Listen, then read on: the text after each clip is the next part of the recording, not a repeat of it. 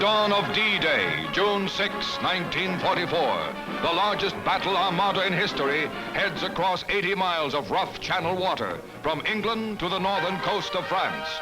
Barrage balloons and a massive concentration of air and surface guns protect the 4,000 warships, transports, barges, craft of every kind in the invasion convoy. Here is the major striking force of the greatest military undertaking the world has yet known. Here, after years of building, equipping, training, after months of minute, intense tactical planning, here is the decisive thrust at Hitler's Europe. For weeks preceding, thousands of Allied bombers have carried out crushing, almost non-stop attacks, dropping more than 1/3 of 1 billion pounds of bombs in 60 days. Now, through heavy flak on invasion day, they smash at enemy transport centers and defense installations on the Cherbourg Peninsula. Explosives fall on a railroad yard at Avranches. All Allied planes wear the new zebra stripes of the invasion command.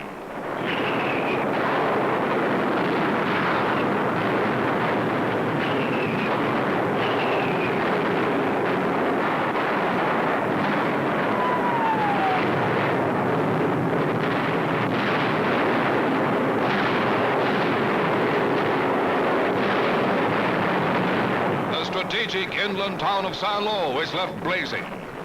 The city of Caen, directly in front of our approaching armies, 115 miles from Paris, is hit.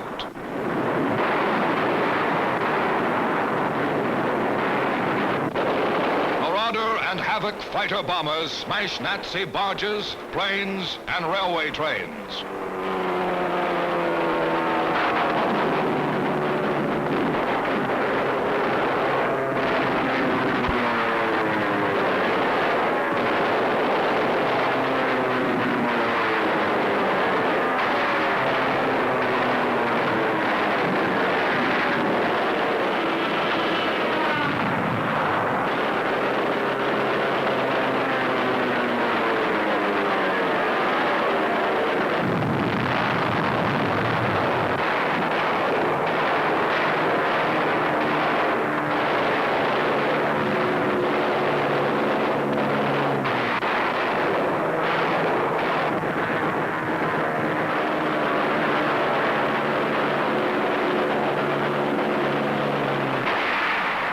Allied naval guns, dueling with the enemy's vaunted coastal artillery, blow up emplacements on the shore.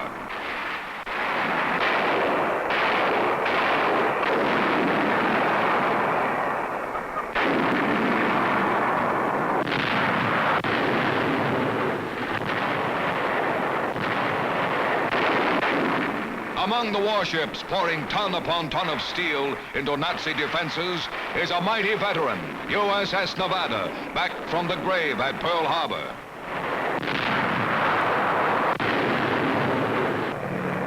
Again, the bombers.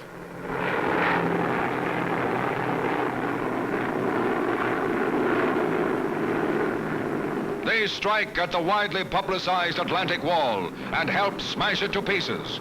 Now, just offshore, the convoy unloads.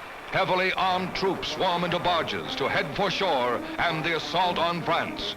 A Signal Corps camera slate tells the story. Went in D-Day, each hour plus 30 minutes.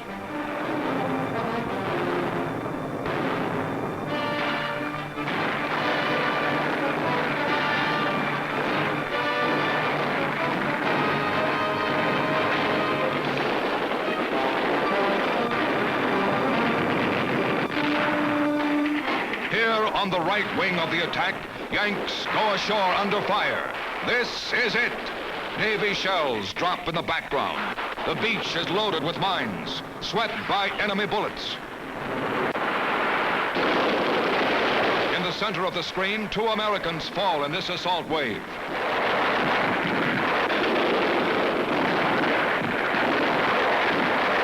A tiny beachhead seized. Americans huddle in the cover of a cliff whose heights the enemy still controls, digging in to await the mounting of the next attack.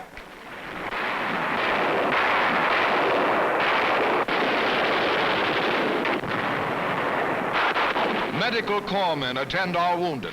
The first Allied casualties were back in England again by evening of D-Day.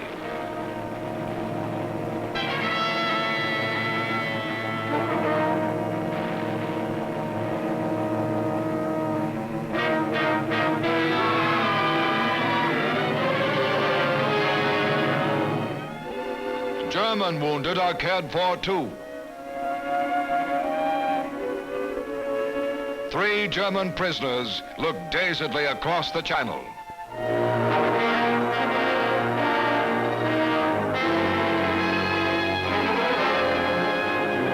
Here on a beach in France lie American dead.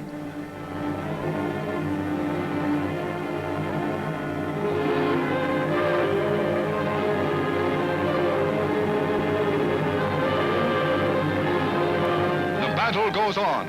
As quickly as possible, the infantry must move on in to re-establish contact boatload with boatload and to join with Allied troops who landed behind the lines by parachute, glider, and transport. Simultaneously, on the left flank, British Commonwealth troops drive shoreward in the vicinity of Saint-Aubin.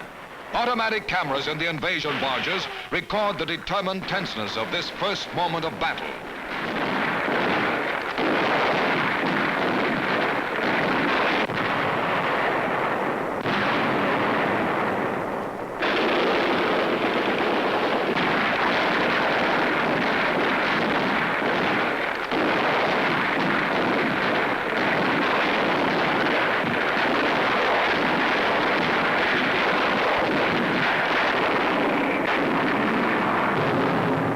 Heavy equipment comes in, essential for the battle against the Nazi reserves. The great race begins to defeat Marshal Rommel in the all-important race for supplies. German soldiers, once guardians of the West Wall, are now prisoners of the Canadians. An Allied destroyer flying Eisenhower's 4-star flag brings Allied leaders to France. Admiral Sir Bertram Ramsay and General Dwight Eisenhower.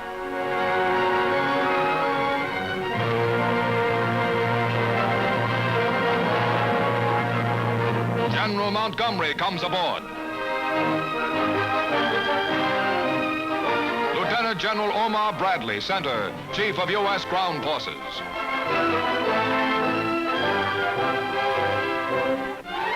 Montgomery goes ashore to take personal command of British troops.